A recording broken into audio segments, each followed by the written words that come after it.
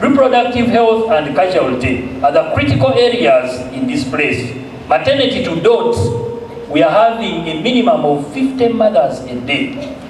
An average of between 400 to 500 deliveries a month. He really feels something must be done immediately. Please come. These are the urgent issues we should touch on as early as possible. More staffing to this place.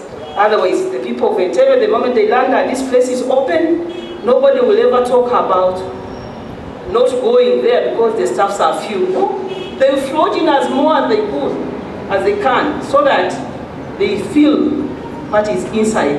Nga bwe tuzimba eddwaliro eddungi, twetaaga kati obuufu tubutunuulize embeera y'omusawo gy'ayitamu. Omusawo tusaba ministry ebazimbire amayumba, nga temaze obbazimbira amayumba tubasaba etunule mu kintu ky'okubeera nga bafuna ensako eyeegasa. Ebintu ebikola omuntu okukola obuweereza obulungi naddala mu mbeera y'obusawo biba bisatu. W'okolera nga wafaananika, ebyuma by'okozesa, eddagala